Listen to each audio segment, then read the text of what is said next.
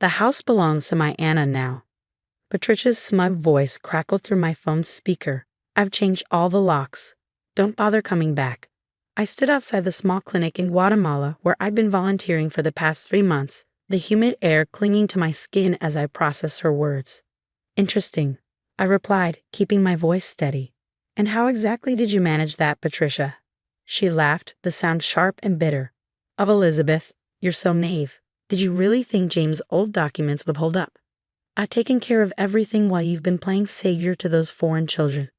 My name is Elizabeth Foster, and at 34, I was listening to my mother-in-law try to steal my home. The historic Victorian house my late husband James had inherited from his grandfather. The same house where James and I had spent 5 beautiful years before cancer took him too soon. The same house Patricia had been trying to claim since his death 2 years ago. Thanks for letting me know, I said calmly, ending the call before she could respond. My hands weren't shaking as I opened my email and contacted Mr. Davidson, the family lawyer who'd helped James set everything up before he passed. The old deed was safely stored in his office, along with some other documents Patricia knew nothing about. Inside the clinic, Maria, one of the local nurses, noticed my expression. Todo bien? She asked, concerned. Yes, everything's fine, I assured her, managing a smile. Just some family drama back home. I didn't mention that my mother-in-law had just tried to steal my house, or that her daughter Anna was probably already moving in, assuming they finally won their long battle against me. They never understood why James had left the house to me instead of his sister. They couldn't comprehend that our marriage had been real, that we'd been partners in every sense of the word. To them, I was just the young wife who'd stolen their precious James, who'd failed to give him children before cancer claimed him at 37. The house needs to stay in the family. Patricia had insisted at the funeral, as if I wasn't family, as if the 5 years James and I had shared meant nothing. When I decided to volunteer abroad with Doctors Without Borders, using my nursing skills to help those in need, Patricia had seen it as abandonment. Running away, she called it, ignoring that this had been James's dream too. My phone buzzed with an email from Mr. Davidson. Documents secure. Proceeding as discussed. Return when ready. I smiled, remembering the day James and I had sat in Mr. Davidson's office, planning for a future we didn't know would be cut short. My mother will try something, James had said, his voice weak, but his mind still sharp. She's never accepted Elizabeth, and she won't start after I'm gone. We'd spent hours ensuring everything was legally airtight. The house, the original deed, the trust James had set up. Everything was protected. Patricia thought she'd found a loophole, probably some old document from when James's grandfather had owned the property, but she didn't know about the updated deed or the letters James had left with Mr. Davidson. That evening, as I helped the clinic staff organize supplies for the next day's patients, my phone lit up with texts from Anna, James's younger sister. How dare you ignore Mom's calls? The house should have been mine anyway. You never deserved James. We're throwing out all your stuff tomorrow. I forwarded each message to Mr. Davidson without responding. Every threat, every attempt at intimidation just added to the documentation we need later. Patricia and Anna had no idea they were building a case against themselves. The next morning, I received another call, this time from Mrs. Henderson, my elderly neighbor who lived next door for 40 years. Elizabeth dear, she said, her voice worried, there are people removing furniture from your house. That horrible Patricia is supervising everything. Thank you for letting me know, Mrs. Henderson, I replied. Could you do me a favor and take some pictures? It might be helpful to have them. Already did, dear. I don't trust that woman one bit. Never have, especially after how she treated you at poor James's funeral. I thanked her again, feeling grateful for allies like her and Mr. Davidson. Patricia thought she won, that my absence made me vulnerable. She had no idea that every move she made was being documented, every action adding to her inevitable downfall. My flight home wasn't scheduled for another week, but as I looked around the clinic, at the work we'd accomplished and the lives we'd helped, I knew it was time. James would have understood. He'd always said that helping others shouldn't come at the cost of letting yourself be hurt. I booked a flight for the next day, sent Mr. Davidson my arrival details, and spent my last evening in Guatemala sitting on the clinic's porch, watching the sunset paint the sky in brilliant oranges and pinks. I thought about James, about the life we'd shared in that beautiful old house, and about the promises we'd made to each other. Don't let them push you around after I'm gone, he'd said during one of his last lucid moments. You're stronger than they know. As I packed my bags that night, I found the small photo album I always carried.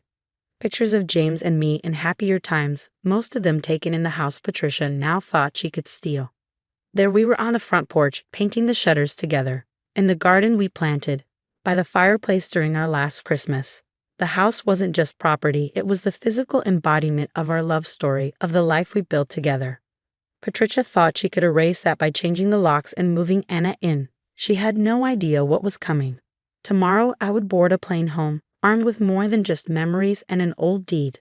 I had truth, legal documentation, and most importantly, James's final letters. The ones that would show everyone exactly why he'd left the house to me, and what he really thought of his mother's attempts to control everything. Patricia wanted a fight. Fine. But this time, I wasn't going to stay quiet and take it. This time, I was ready to show them exactly who James had married. The flight home felt like an eternity, even though I spent most of it reviewing emails from Mr. Davidson. Patricia had been busy in the 3 days since her smug phone call. She'd not only moved Anna in, but had also started renovating, stripping away the careful restorations James and I had done over the years. They've repainted the entire first floor, Mrs. Henderson reported via text. That horrible bright yellow your mother-in-law always wanted, and they're tearing up your garden. The garden. I closed my eyes, remembering the weekends James and I had spent planting each flower, each herb. Even during his chemotherapy, he'd sit in his favorite chair by the window, directing me on where to plant the new roses he'd ordered. We're creating something lasting, he'd said, his smile tired but genuine. When my taxi pulled up to the house, I sat there for a moment, taking in the changes. The elegant sage green exterior James and I had chosen was now a garish yellow. The carefully tended flower beds were torn up, replaced with what looked like artificial turf. Even our handmade welcome sign had been replaced with a giant Anna's Home Sweet Home plaque. As I stepped out of the taxi, Anna emerged from the front door, her face twisting with anger. "What are you doing here?" she demanded, crossing her arms. "Mom said you got the message." "Oh, I got it," I replied calmly, pulling my suitcase from the trunk. "Along with pictures of you removing my belongings, documentation of the unauthorized renovations, and records of every threatening message you've sent." Patricia appeared behind her daughter, her expression smug until she saw Mr. Davidson's car pulling up to the curb. "You're wasting your time," she called out, though I noticed a slight tremor in her voice. "We have documentation proving this house belongs to Anna now." "You mean the old property abstract you found in the attic?" I asked, watching her face pale. "The one from before James's grandfather transferred everything into the family trust." Mr. Davidson stepped out of his car, briefcase in hand. "Mrs. Foster, everything is ready at the courthouse if you'd like to proceed." Patricia's smugness wavered. "What courthouse? What is she talking about, Anna?" I walked up the front path, noticing how they even changed the antique door knocker James and I had found at a flea market. "Would you like to show them the documents now, Mr. Davidson, or should we wait for the police to arrive?" "Police?" Anna's voice cracked. "Mom, you said this was legal." "Oh, it's very much illegal," Mr. Davidson replied, opening his briefcase. "Unauthorized property transfer, theft, destruction of personal property. And that's just the beginning." Patricia's face reddened. "Now see here, this house belongs in the family." "I am family," I cut her off, my voice firm. "James made that clear when he married me, when he made me his partner in everything, and when he left specific instructions about the house." "Instructions?" Anna asked, her confidence faltering. Mr. Davidson pulled out a sealed envelope. Perhaps this would be a good time to read James's letter. The one he asked me to share if his mother and sister ever tried to claim the house. The color drained from Patricia's face. "What letter?" My hands didn't shake as I opened the envelope, though my heart ached seeing James's familiar handwriting. "Dear Mother and Anna, if you're reading this, it means you've tried to take the house from Elizabeth, just as you've tried to take everything else since I married her. Let me be clear. This house belongs to Elizabeth, not because of legal documents, but because she made it a home. While you complained about her changing the family property, she was by my side, making every day I had left meaningful. Where were you during my chemotherapy? Elizabeth was here, holding me through the worst nights. When I wanted to give up, she reminded me to fight. While you were planning how to protect the family legacy, she was protecting me, loving me, making me laugh even when everything hurt. This house isn't just property to her, it's every moment we shared, every dream we built.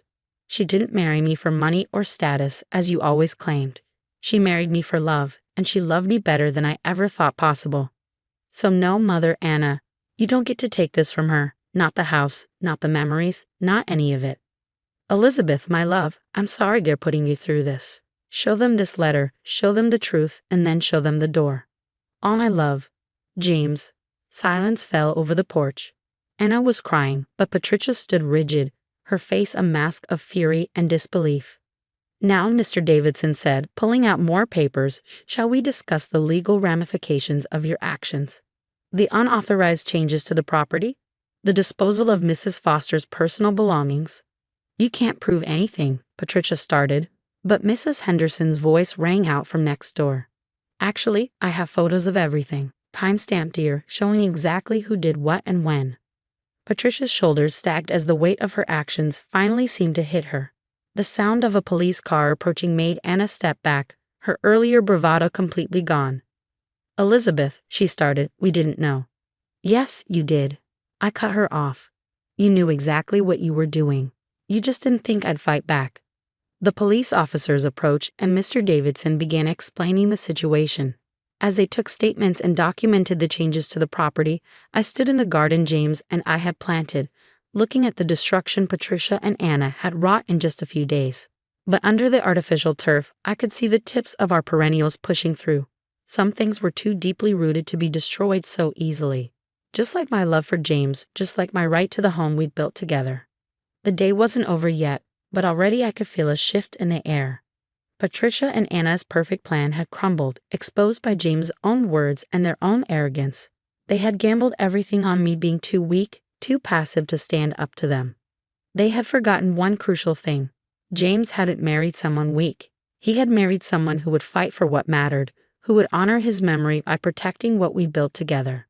As the police led Patricia and Anna away to give formal statements, I pulled out my copy of the house key, the original, the one that would always work no matter how many locks they changed.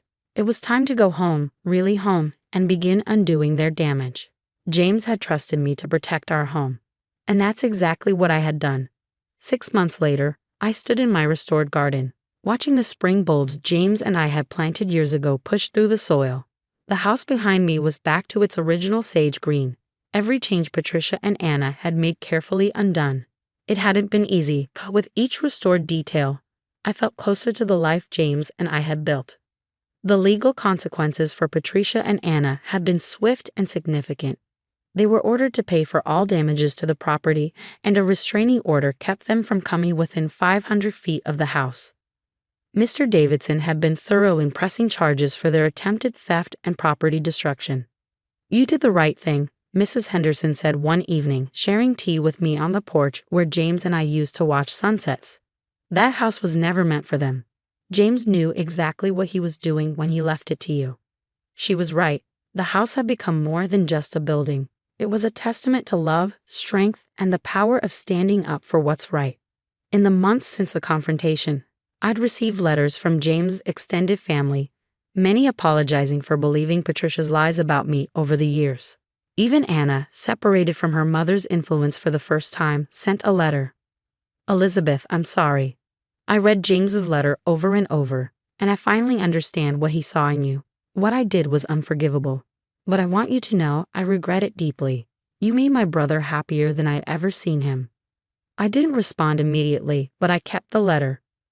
Perhaps someday, when the wounds weren't so fresh, there might be room for forgiveness. James would have wanted that. The house became more than just my home. It became a sanctuary for others. I started hosting weekend retreats for young widows, sharing the space that had helped me heal with others who needed it. In the garden where Patricia had laid artificial turf, I now grew vegetables that I donated to local food banks, continuing James's legacy of helping others. One quiet evening, as I sat in our favorite reading nook, I found an old notebook tucked behind some books. Inside was James's handwriting, plans we'd made for the house's future. Convert the guest room into a library, Elizabeth needs a proper place for all her books. Plant more roses. She loves watching them bloom. Maybe someday, make the third bedroom into a nursery. That last one made my heart ache, but not with the sharp pain it once had. Instead, I felt grateful for the dreams we'd shared, even the ones we never got to realize. I added my own notes below his. Guest room now a library, filled with your medical books and my nursing journals. Rose garden blooming, your favorite variety survived Patricia's destruction. Third bedroom becoming a meditation space, helping others heal just like you always wanted. Mrs. Henderson called out from next door, interrupting my thoughts. Elizabeth, the first roses are blooming. I walked out to see the yellow roses James had planted for me pushing through the spring soil, stronger and more numerous than ever before. Life finds a way to persist, to bloom even after the harshest winters. Standing there, surrounded by the home James and I had loved, I felt at peace. Patricia and Anna had tried to erase me from this place, but they'd only succeeded in showing everyone exactly why James had chosen me to be its guardian. This house wasn't just brick and mortar. It was love made manifest, a promise kept, a legacy honored. And now it was also a place of healing, not just for me but for others who needed it. James would have liked that. He always said that the best revenge is living well and helping others along the way. As I walked back inside, the afternoon sun casting familiar shadows through the stained glass windows we'd restored together, I smiled. Some things can't be taken away, not with changed locks, not with legal tricks, not with any amount of manipulation. Love, truth, and justice have a way of prevailing, just as surely as spring follows winter and roses bloom again.